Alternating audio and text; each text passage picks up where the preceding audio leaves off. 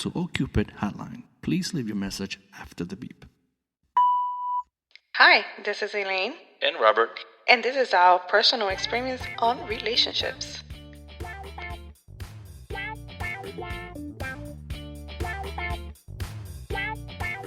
All right, and we are on, Miss Elaine. How you doing today? Hi, Robert. Hi, Miss Elaine. How are you? I'm okay. You okay? Yes. Then I'm okay. I'm glad that you're okay. That's how you sounded. Yeah. So, What do you have? What do we have today? well, Robert, you know that October is Domestic Violence Month. Yes. So we're just going to touch a little bit on that since we have experienced domestic violence. Yes. I wouldn't say maybe not so direct, Yeah. but we have lived in a household where there was domestic violence. Yeah. We've been exposed. Let's Exactly. put it like that, to domestic violence, Yes. and it is somewhat of a sensitive subject, but it's a subject that needs to be touched. Yes, we need to make, I wouldn't say, well, kind of like normalize it in the sense that, allowing people to speak up, to feel comfortable saying, you know what, I'm in a domestic violence relationship or situation, whatever it might be, and feel comfortable to share it with people and for people to hear them out and, help if they can, or direct them to resources that they might be able to help them. Yeah, and there is a lot of resources out there. And the thing is that most people don't even know they are in an abusive relationship until sometimes it's too late. That is true. That is another thing where a lot of people don't see it. Or, I don't know. It's so sensitive. Like, now that they don't see it or they don't want to see it, or sometimes the other person makes excuses for them that they believe. Yeah. Like, it was the first time. He's not going to do it again. And then sometimes it happens again. And then the person has another excuse for that. Oh, I'm sorry. The typical ones, I'm sorry. You got me upset. You know how I am. Why would you get me upset like that? So kind of blaming the other person for their behavior. Yeah, there are definitely warning signs that some people are not aware of because, like I'm gonna put myself as an example. What happened to my mother growing up, I wasn't aware that that's what it was because I wasn't educated to that. I was like, oh, that was just an incident that happened, and most people think like that. It's just an incident. Yeah, and it is hard for people to be in those type of relationships to see it as such, because like you mentioned, they just sort of brainwashed to a certain degree, and they abuse her because it could go either way, if male or female. Even though we see more of this, I want to say this situation happens more to females than it happened to males. I think as far as the data that we have. Exactly. I think it's just based on like the same thing where like men are not supposed to cry. A man that is being abused by his significant other, that's something like, you're not going to tell another guy that because, you're a man. Yeah, because you'd be like And it does happen. I agree. And I don't know. Just there is warning signs from the beginning. Do you know the warning signs, Ms. Elaine? No, there are a few. There are many. I just wanted to clarify that, domestic violence is not just physical violence. Yeah. Physical is just the ones that we could actually see. But there are ones that are like deeper than that. There's emotional abuse, and there is sexual violence. There is also economic abuse, and there is also like the mental abuse, like, putting that person down, Yeah, like which will emotionally fall into draining to the other person. Yeah. So and that sexual part is very important because yes. a lot of people don't see it as such. Oh no, we married. We're supposed to. No. Yeah. Okay, so domestic violence is not only between, partners, and there's also against children, against the elderly people. So, violence is violence. Yeah. But the one, I guess that, but domestic violence is more into the people that you have a close relationship with. yes. So it could be parents. It could be, well, I don't know about parents, but it could be a significant other. It could be children. Yeah, children. It comes in different shapes and forms. So it's not only one type of thing, but the one that we hear the most is the spouses. Domestic. Yeah. And the reason why we mention that is just to kind of open our minds to that domestic violence is not only in a relationship. There are other type of domestic violence to other people. Sorry, I'm a little nervous. So it's hard. But the one that we're really going to discuss today, I just wanted to mention it because it is important. But the one that we're really going to touch on today is the domestic violence between spouse. Yeah. Because I think that's the one that has impacted us the most. Yeah. And then we have more. We have experienced. Exactly. To a certain degree. Yeah. And not directly, at least in my case, not directly me being abused or me abusing somebody else, but it's more in my parents or my mother at that particular moment. Yeah, growing up in a household like that. Yeah, growing up in a house, that's exactly the word. And it is hard. And again, if you don't know it, because the whole purpose of this is to raise awareness. It's for people to know and understand some of the signs. We're not experts by any means, but we just going to share what we experience. And hopefully it could, I don't know, that message could reach someone that needs it. Yeah, and just a disclaimer, because domestic violence it could causes PTSD. And, some people may still have flashback or be very impacted by it. So if you feel that way, I don't think this will be the podcast to listen to or the episode to listen to. Oh, yes. Not the podcast, but the episode to listen to. Yeah, this is going to be a trigger. Yeah. Please. We don't want that because we could kind of understand that could be an emotional trigger, and And before we shared our stories, I would like to share some statistics. I will leave in the description of the podcast where we find this information. Okay. And I'm also going to share 2 videos that I think is very it is very insightful of what it is to be part or be involved of in a domestic violence. In a relationship where domestic violence is occurring. And also what are the signs that you should see or should be aware of from the beginning. But statistically speaking, on a typical day, the hotlines receive about 20,000 phone calls a day nationwide. Just for domestic violence, just to give you an idea, 20,000. And also, statistically speaking, in any of those households, there is a gun, a firearm. The chances for that to end up in death is 500%. Oh, wow. That is a lot. It is insane. That's a lot.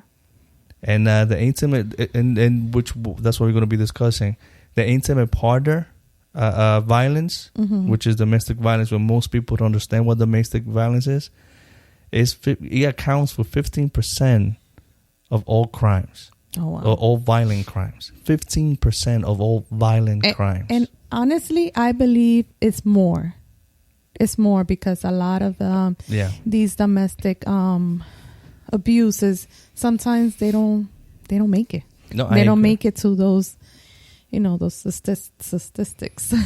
And one of the videos that I'm going to share in the description, the lady says it, that you either end up in the shelter or you end up in the graveyard. Yeah. Unfortunately. And that's what it is. And this is the shocking part. 19% of domestic violence involve a weapon. And a weapon. And I Making fun of my accent again. And I could testify to that. That does happen. This thing is serious. Yeah. I mean, and we are, the people who are in this type of relationship need to understand that it's not only affecting you, it's affecting everybody around you. And if you have kids, it's definitely affecting your kids as well. Yes. And not saying that, it's so easy, because sometimes it takes the person that's being abused, I don't know, more than a dozen times trying, because they want to. They sometimes see it and they want to leave. But it takes so much out of them to actually go through with it. Yeah. Because it's not just easy, like grabbing everything, picking up and leave. This person is abusing you physically and emotionally and, threatening you. You become scared. And it's funny because it's a freaking process. Like the abuser follow a pattern to destroy your self-esteem. Yes. To a point that he controls you. Yeah. And when you're able to see that that's happening, you feel like there's nothing you could do, because you feel like there's more that I could lose than win. And when you show some fight in you, that person's going to use whatever that you hold dear to you against you. If it's your kids, you know what? Fine, call it out. I'm going to go into court and I'm going to take the kids because you're emotionally or mentally unstable, or whatever the case might be. I think that's like the one with females that have children and there's children in the relationship. I think that's what makes it even harder, because the other person threatens you like, oh, I'm gonna take the children, I'm gonna take you to court, and you're crazy, what are you talking about? And they kind of build that file where you're the crazy one and you're unsteady, and if you don't know the court system well, you will believe that person could actually take your kids away. Yeah, I mean, you are emotionally drained. Your self-esteem is no longer there. You are, I don't know, sucked into this person's belief.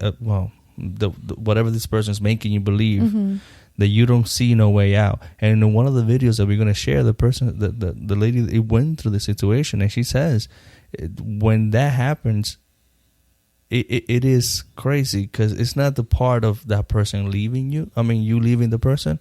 It's what could happen after, because this person could come after you. Yeah, could start stalking you. Could start, I don't know, spreading lies, trying to ruin your life, trying to ruin jobs, whatever it is that you're trying to do. That person's gonna try. And the funny, the thing is that person could marry another woman and still be obsessed with you. Yeah, and continue to taunt you and bother you in ways that you could understand, you can't understand. And just thinking about those things could drain a person. I mean, there have been females that had to move, out of the state, change their name, have to, create a new persona because they're afraid of this person. They have to create a new identity. That's what I meant.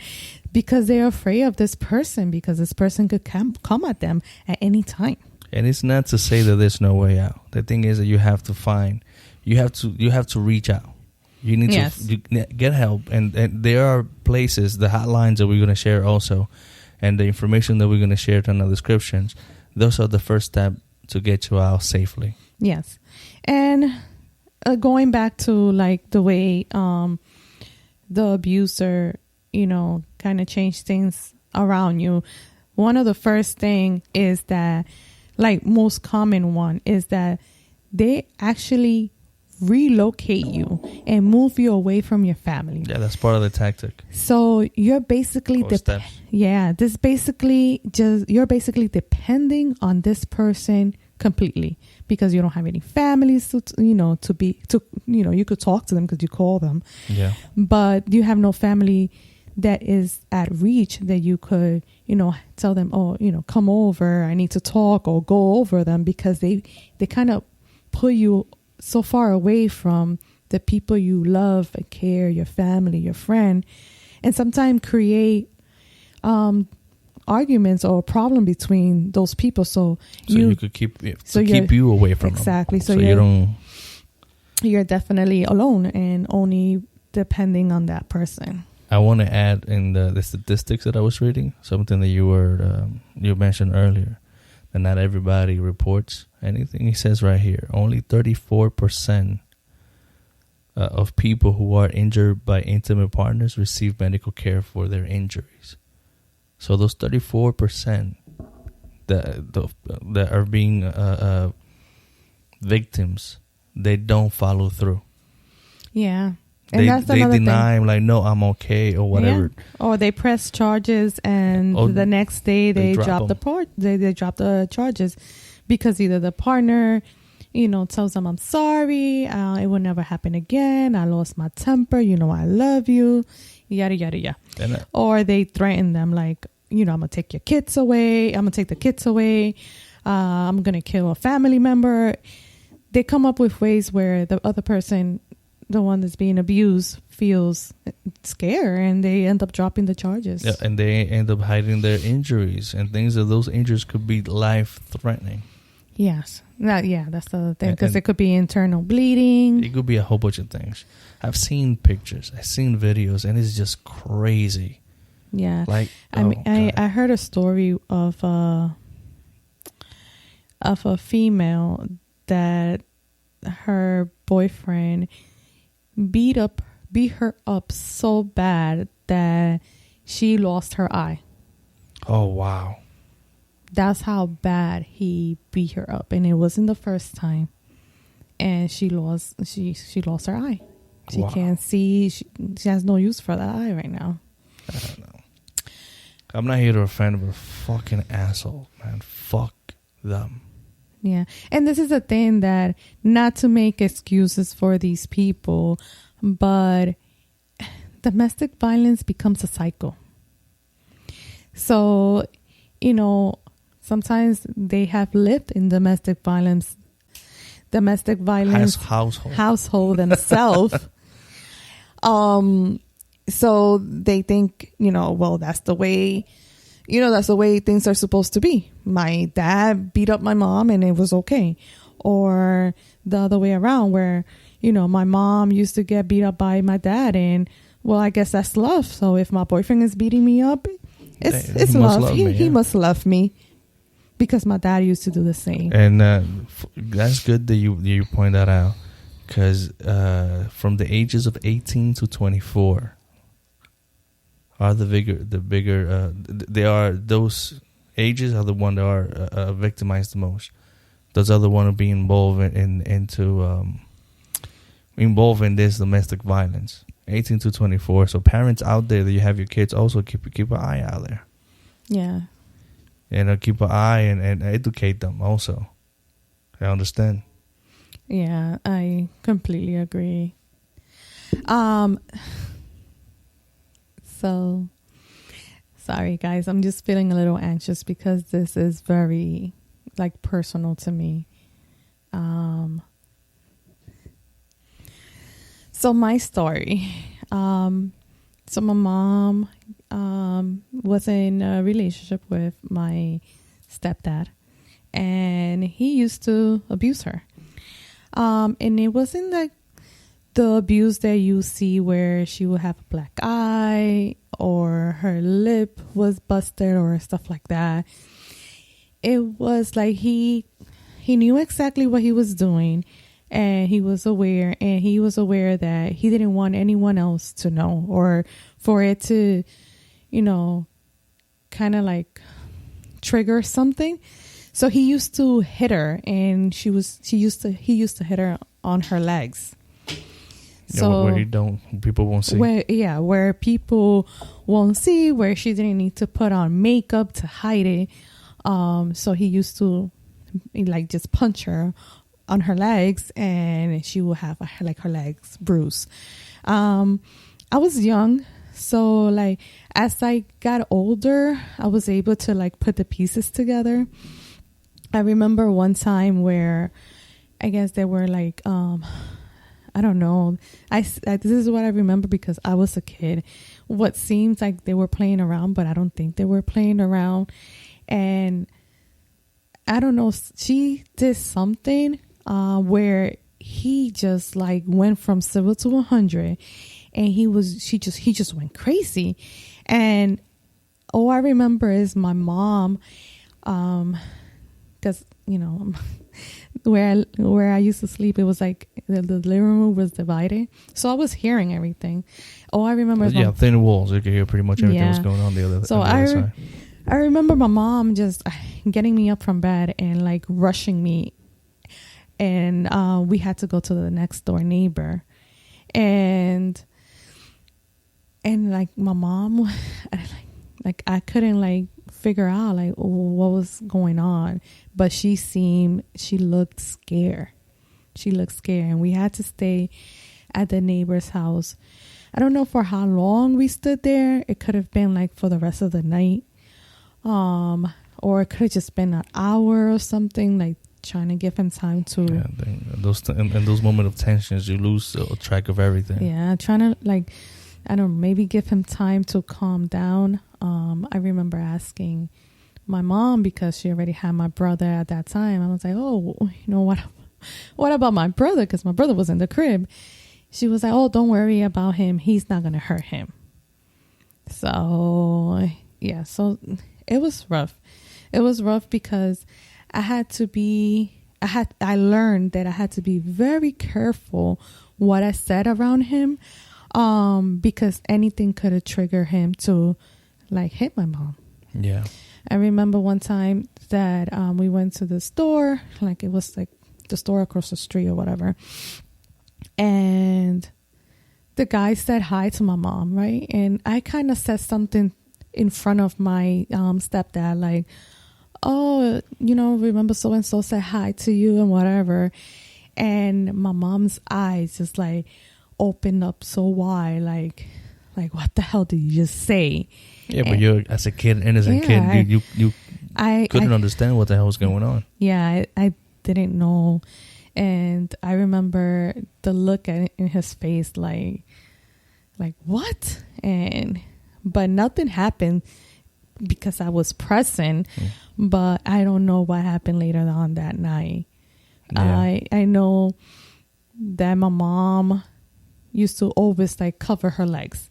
And mind you, my mom was the type of person before she got with him that she used to like dressing, because she was still young. She used to like dressing kind of sexy. She used to like wearing sexy, because I've seen pictures. Sexy in a conservative way. Conservative way, yeah. But she used to like to wear skirts, and she always used to like dress up, and her, she was always happy and stuff like that. And once they got married, her whole way of how she dressed changed. She went from like wearing like short skirts, like knee high, to wearing skirts that will go all the way to her ankles. Like she basically aged. She was dressing like she was like 60 years old. Yeah. So everything changed about her, and it was a constant arguments all the time. So, I mean, it was exhausting. And he threatened me with a gun. So I don't know how many times my mom was threatened, because there was a weapon in the house. So I don't know how many times he threatened her, and my mom was scared. Yeah. Why? It's a freaking gun. I mean, it's like the statistic says that the thing, it's just crazy and scary. Yeah. And thankfully your mom was able to get out of that relationship. Yeah, they were able to move on. Mm-hmm. It wasn't easy, but she was able to get out, because another thing, he was very possessive. He used to, like, she couldn't, like, if someone called her while he was in the house, she couldn't answer the phone. Yeah, those are the traits and characteristics of the abuser. One time, I know my cousin came to paint the house, and there was like this like space between, like, I don't know if it was like a closet or something, but it was way up high where you kind of needed something to get up there. and And there, my cousin found a recorder. So on top of everything that he was doing, he was also recording all my mom's calls.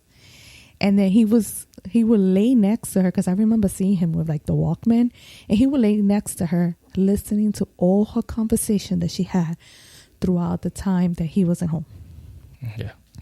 Fucking psycho. He separated my mom from her family, saying that that her sisters weren't good, or whatever the case was, that my mom like kind of lost contact with a lot of people. And those are the warning signs. Those guys that want to have control of everything, they're gonna isolate you so they can have full control of you, and they're gonna mentally abuse you, emotionally drain you, so you have no will of moving forward by yourself, or thinking that you only depend on him.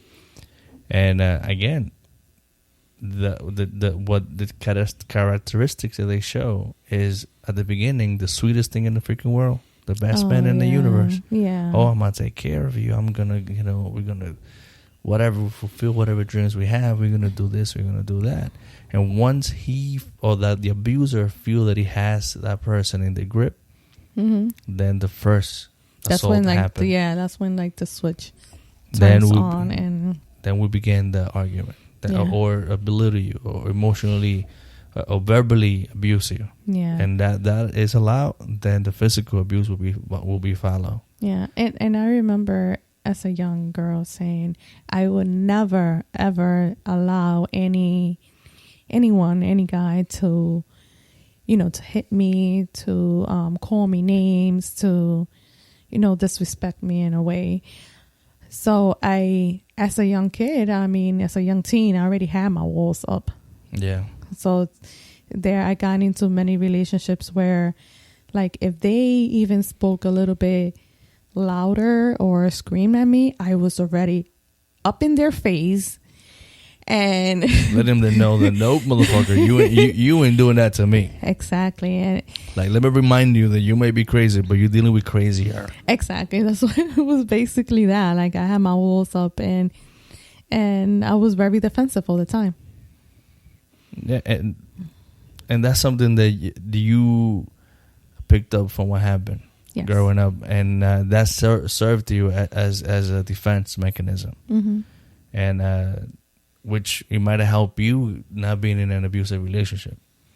Yeah, and the thing is that not a lot of people knows that, or try to understand that. That whatever happened, you feel comfortable, you don't like it, you don't want that to happen to you. Yeah, or your kids, Yeah, but in my experience was a little different, because I did saw the process. I was a little older. I was already teens, and I saw the sweet person. My mom, we both were raised by a single mother, strong single mothers. My mom met this person, and this guy seemed to be a cool guy. Never liked the fucking guy from the beginning. I'm gonna tell you. As a son, you always get that little thing like, nah, I don't want my mother with anybody else. And I didn't like the dude, and I made it clear that I didn't like the dude. But my mom, I guess the guy was painting a better picture, and making her believe that he was a good man and he would take care of her, whatever.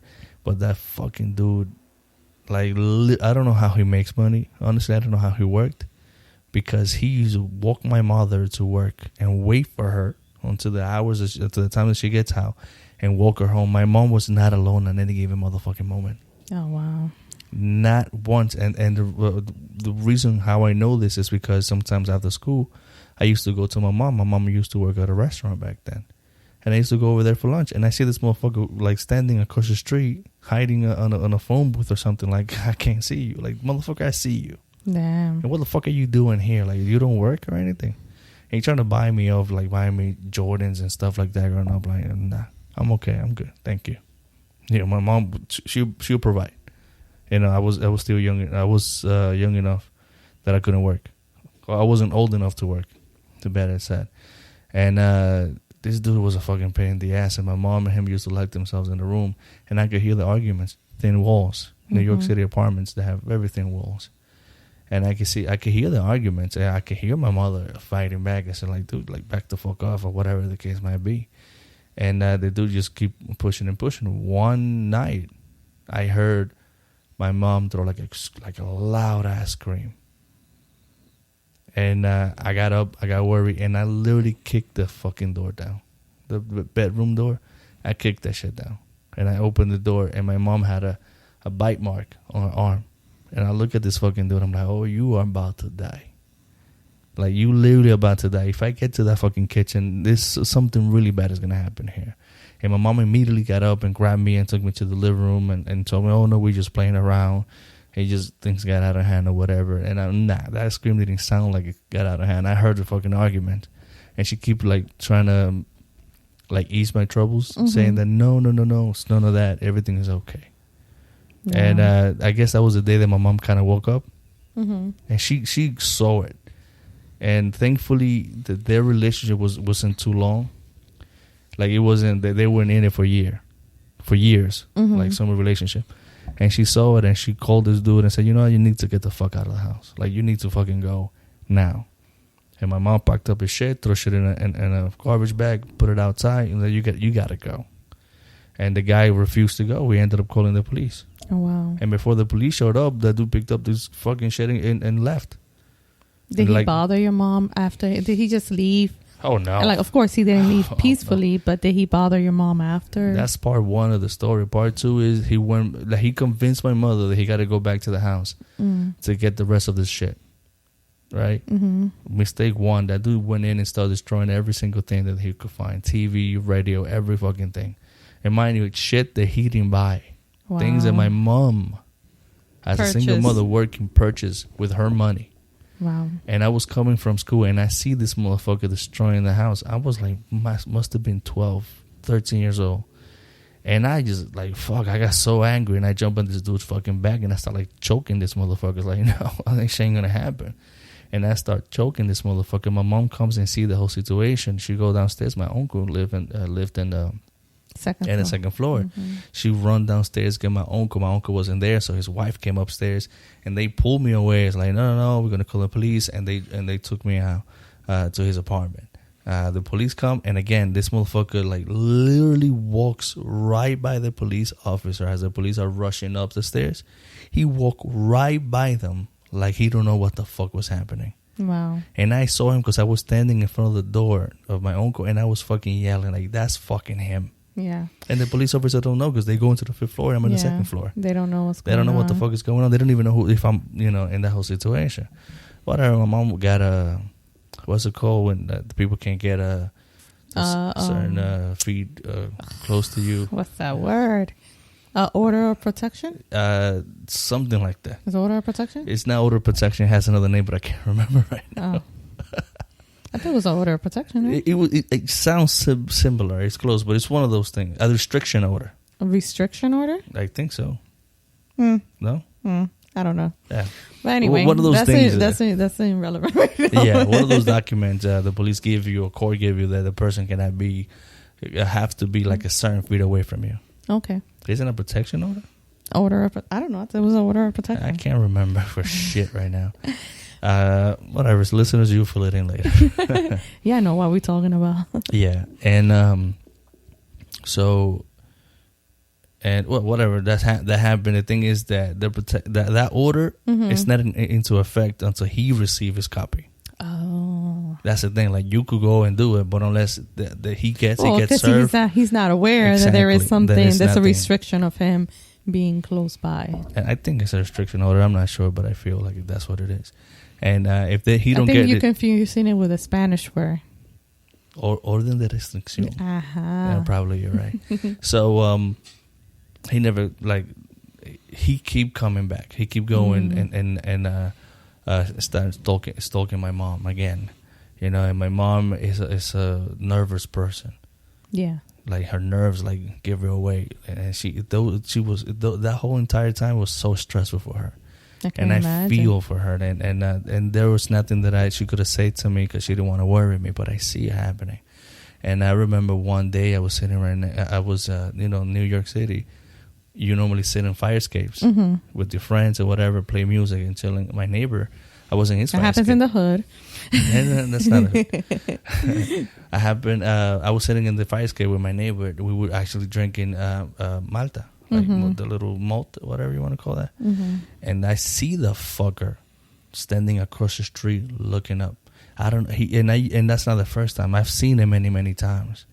And I also seen him following my mother as she goes to work. Wow. You know, my mom at that time, she had to take a fucking cab just so this motherfucker don't be on her tail. And that could have ended up really bad. He could have ended up killing your mom. Yes, thank God that didn't go that fucking direction. I got so pissed off that night when I was in the fire escape that I threw both of the bottles at that fucking guy. Both of them. Did it hit him? One hit close, the other one not so close. Oh.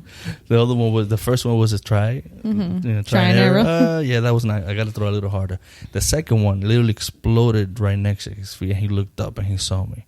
And immediately he saw me. My friend, which was my neighbor at the time, I grabbed his bat and I was running I was like, fuck it, like this is it. Like I'm not taking this motherfucking shit And that's anymore. another thing that could have ended bad for you. Yeah, because I was a kid.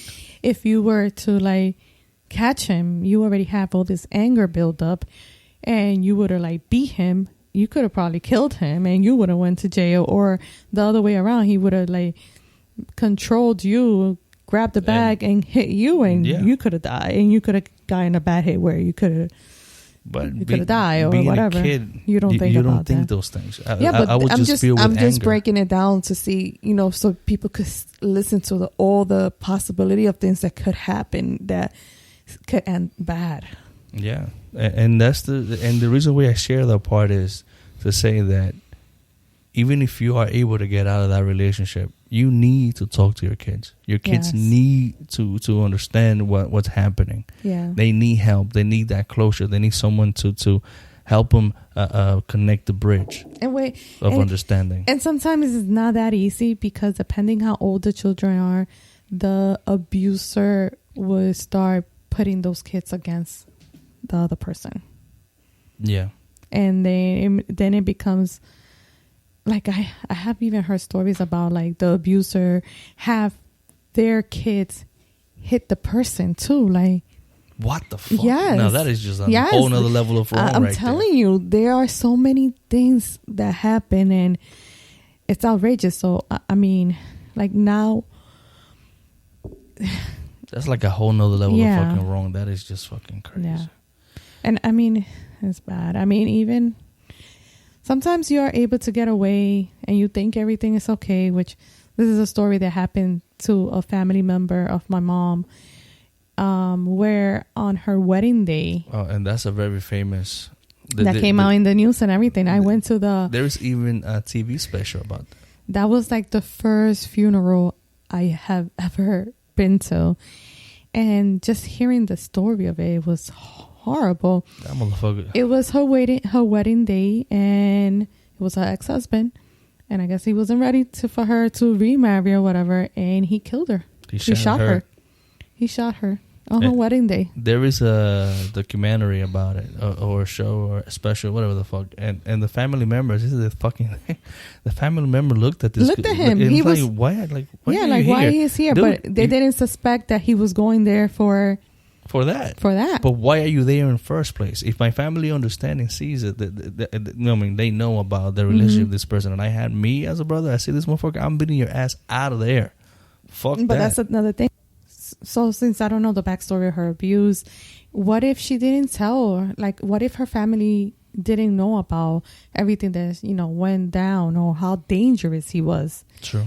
Because if they probably had more insight, this is me assuming, if they had more insight, maybe as soon as a family member see him, they would have tackled him, done something, or not even let him get close to her. That is so sad. And she had two sons. Yeah, she left two young kids. They were very young. Imagine the trauma that they have to endure. Yeah. And I don't know. Man, I don't know. Yeah, this is crazy. And there is information out there. There's definitely help out there. Yeah. We just got to reach. And then there's places there. There are organizations already in place to help you get out of that situation safely. the safest possible. And like you said, sometimes you get the person to help you, because I remember when I worked for a specific agency where I had a mom that was, she described of somewhat like not really much physical, but there was like emotional abuse, and there was like a lot of controlling.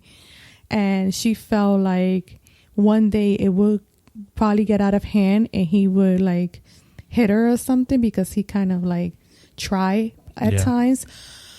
And I heard the story and I was like, okay, fine. You know, what do you need? I got in contact with a social worker that worked in the building. I was like, listen, this is what's happening. And we were all together to help her. And the social worker called her and told her, you know, we're gonna go pick you up, whatever the case was. And she told the person, no, I don't want to leave. And everything is okay. And that's a fucking weird loophole that he has, that those people, those resources, their hands are tied if you are refusing. And the worst thing is that after that happened and she said, well, everything was fine, he did something even worse. So he grabbed her and took her to another country, well, the country where they're from, and he took all her passport, her kid's passport and everything, and just left her there. Yeah. Basically left her stranded there. I have heard of cases like that, especially from in our country. Yeah, he just left her there with no money, no passport, nothing. And she had to beg him to, you know, for him to like send money or to send their passport so they could come back. The whole point that she was able to come back, but I kind of got disconnected from the family, so I don't know what else she went through. But going based on that, what he did to her, he God knows what he did. Like what else he did when he finally brought her back. Like what else did she have to endure? The thing is that there's tons of cases. I have heard of cases like that from our country, from people that have done that shit to our country. And I have heard of cases that has taken to the extreme. And a friend of mine were talking about that the other day, about a person that we didn't know this person. We used to see it every morning. Mm-hmm. And this person, out of jealousy, he was controlling his significant other back in their home country to the T. That woman could not step outside of the house without letting him know that she was going out. Mm-hmm. We were told. Mm-hmm. There is no, like, we don't know directly. Directly from him that was the case, and he seems that way. And that dude, just to make the long story short, he took a trip to the home country and murder her. Mm. And then that same night took a fucking flight back, like nothing happened. Like nothing happened. Yeah. And guess what? This motherfucker, he got caught about a week after that happened. You know, and if this motherfucker wouldn't gotten away with it, guess what? There would have been a lot more victims out there. Yeah. And again, these are just stories that have happened. I think one time, due to work, I had to complete a training on like domestic violence and stuff like that.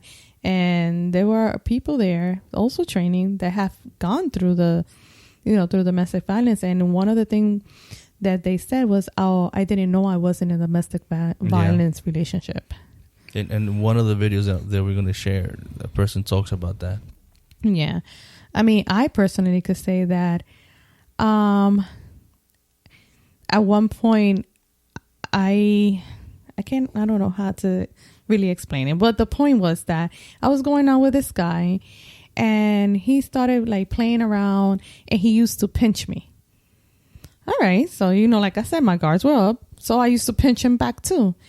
And then it just became this very violent, not fun game where he used to like pretend that he was playing around with me, or if I said something, whatever, he will pinch me.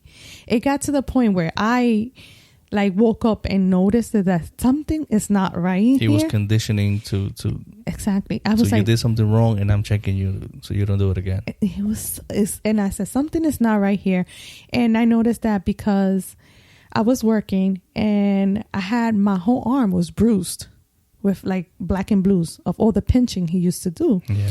And someone asked me, and just the thought that I grabbed my shirt and pulled it down, and I was like, oh, nothing, I felt like, okay, this is not right. Because if I can't give an explanation of why I am all bruised up on my arm, something is wrong. Something is not right. And that's when I woke up and I was like, you know what? Either we stop playing around like this. I don't like it. I don't like how I feel. I don't like how my body is looking because I was all bruised up. Yeah. Either we need to stop this because I am not okay with it, or this is it. I can't continue this relationship. And that's good that you caught it on time, because you don't know where that was gonna. Yeah, honestly, I don't know where that was gonna end, but it was ugly. It was like my whole arm was bruised, and it was a bad experience. So the domestic violence comes in so many different shapes and forms, but the pattern are normally the same. And in one of the videos that we're going to share, the lady says that they start rushing you into a relationship. You start with this person, and not even 6 months into the relationship, that he already pushing you to marriage. Well, yeah, he used to like always pick me up from work. Like he was always around. Yeah, so now that you think, now I'm thinking about it, like there were now that you know the signs. There were red flags there that I didn't see it. And that's the thing, is everyone should be educated. Everybody should know the signs. Everybody, because that's one of the patterns that happened. That shows. I mean, how can I say? Those are the patterns that are proven to lead to domestic violence. There you go. Yeah. So some of the signs that the other person, they need to look out for. Yeah, family members. They have unexplained cuts or bruises. They avoid friends, family, and favorite activities. Make excuses for their partner's behavior. Look uncomfortable, fearful around their partner. Also, they either the abuser yells, screams. My accent, like Robert says, screams or make fun of them. Control all the decisions that they make. Well, they have no decision. They control their decisions. Yeah, the abuser controls everything, every aspect of the other person's life. Yeah, check up on them at work or school, force them to sexual things that they don't want to do. That was another thing that we didn't, like, we're running out of time and we didn't have time to touch on, to get into like the sexual abuse. Threaten to hurt himself or herself if the partner wants to break up. That's another thing where they be like, oh, if you leave me, I'm going to kill myself. Or whatever excuse they come up with. I'm sorry. I have shared this before. If someone says that, oh, I'm a kid, the fuck, how you threatening me with your life? Like, I don't understand. You're abusing me. You do me a favor if you fucking do it. And unfortunately, the police sometimes don't help. And sometimes their hands are tied too. Yeah, because you have to put, and I told you have to let the police know that you need help. Yeah, but you know what happened, which is another story that happened to me. I was in a relationship with this person. I broke up with this person. This person, I used to live with this person. This person sneaked into. I used to live on the first floor. He sneaked into the window. Yeah. He sneaked into the home, and I was scared. Because I didn't know, because this person, when this person drank, he got out of control. Yeah, he loses his mind pretty much. And I was scared. Like, I didn't know what was going to happen. And I went to the police, and I was trying to make a report. And the first thing they said, well, did he hit you? I'm like, no, he didn't hit me. But I explained the situation. He broke into the home, and he no longer lives there. I was scared. And he was drunk and whatever. And he did threw something. I had a Christmas tree. He knocked it down. And the police was like, well, if he didn't hit you, we cannot open a case against this. against him. Yeah. And I had to, like, I was living in another state and I had to leave the state because I was so scared. And that's the thing. That every state has different laws. And I don't know. And the police officers, they do things that we might not agree with, but I have come to learn that it's because there is a reason behind it.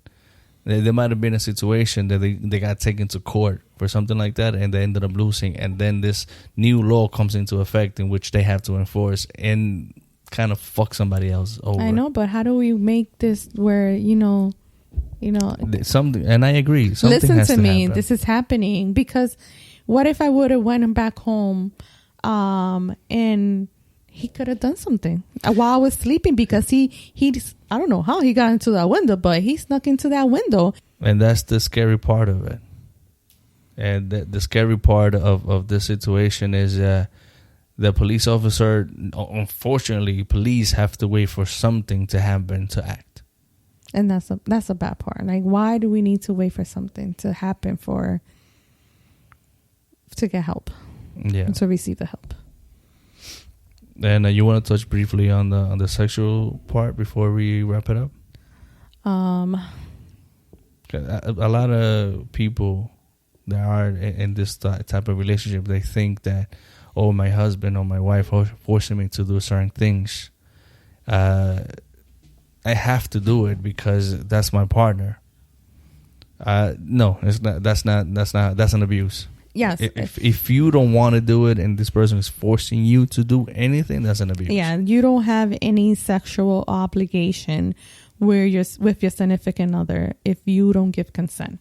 If you don't want to and you tell your partner, I don't want to have sex with you, your partner should understand that and stop.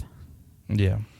If they're forcing you to have sex, that's rape because you didn't consent to it. You don't want it. And according to the statistic, 1 in 4 women goes through that type of thing. Yeah, and then it's easy to make an excuse like, oh, either he was drunk or he's my husband. Yeah, he's my husband. I have to please him. Yeah, none of that is acceptable. Yeah, it's not. But I don't know. We're just trying to raise awareness so people know and understand that this situation is real and it could lead to something very bad. Yeah, and if you have a family member, a friend, anyone that you suspect that is going through that, let them know that, you're there to listen. Yeah. And if they need help, you're there to help. And sometimes just help them open their eyes and say, hey, I think you're in an abusive relationship. Yeah. I think you're involved in a situation that you shouldn't be in. And then, unfortunately, like I said before, sometimes it takes an abuser, right? An abuser, no? The abuse. The abuser. The victim. The victim. Sometimes it takes them 20 times to get out of that relationship. Sometimes they keep saying, okay, I'm leaving. And they make all the attempts. They do everything. And somehow that abuser finds a way to lure them back in. Yeah. So, I mean, it's hard to be like, oh, okay, I want to help you, but you keep going back to him. That's not something a person wants to listen to. Yeah. And because that could be the last day that you hear from that person. Yeah. And another thing, if anybody there that is a victim, one of the videos that we're going to share, the lady says this type of abuse feeds on silence. Yes. Speak up.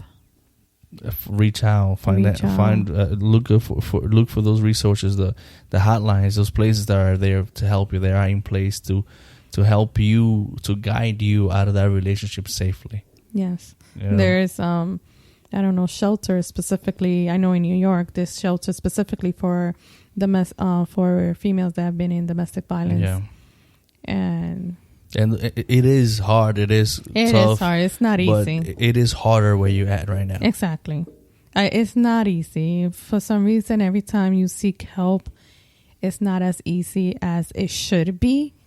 But don't give up. Don't give up. At least putting up that type of fight is bad. It beats getting killed. Yeah. 1,000 to 1. And we're going to conclude this episode. And we want to conclude with a hotline. Yeah, the National Domestic Violence Hotline is 1-800-799-7233. And that's, again, 1-800-799-SAFE, which is the number is 7233. So, I don't know, save that number, use it, please. Yeah, I mean, there is things in place. Use them. You know, don't stay in that relationship. Yeah, like I said, we don't expect things for don't expect that things are going to be so easy. It's going to be a fight. Yeah, it's going to be hard, and you need to be willing to fight it all the way through. Yeah, and as tired as you are, you've already gone through so much. Don't give up, please. Yeah. And we in our description, we're going to leave that number also. We're going to leave some websites that we found some interesting information, especially the statistics that we shared earlier, and 2 videos that I think is going to be extremely useful. Yes. So please check them out. And thank you, guys. Thank you for listening. Thank you for being here with us. And please, if you know someone and they could benefit from this episode, share it, please. Yeah, we need to make this known. We need to spread the word. Yeah, we need to have those people that are going through this, give them the platform to speak up, say something. You don't have to live in silence. Yeah. Educate yourself, educate those that you see that need that type of help, and push and help them, and be a helping hand. Don't just be a bystander. Yes. All right. Thank you, everybody, for listening. Thank you. And like Miss Elaine said, share this episode if you think it's going to help somebody. Okay. Thank you, guys. Bye.